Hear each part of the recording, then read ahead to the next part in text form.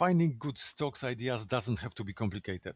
With a simple research tool like MSN Money, you can organize your ideas, follow interesting companies, and build a watchlist before making any decisions. Let's see how it works.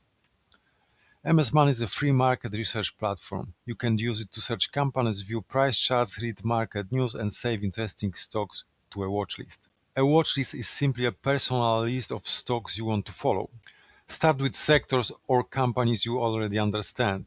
Open a stock page and look at the price trend, recent news, company size, and sector. You are not trying to predict the future, you are simply learning how the company and its stock behave. Start with around 10 to 20 stocks. Core companies you already know, trending stocks you want to observe, and research stocks you want to understand better. This makes it easier to focus and compare ideas. A watchlist is not a commitment to buy, it is a learning tool that helps you prepare.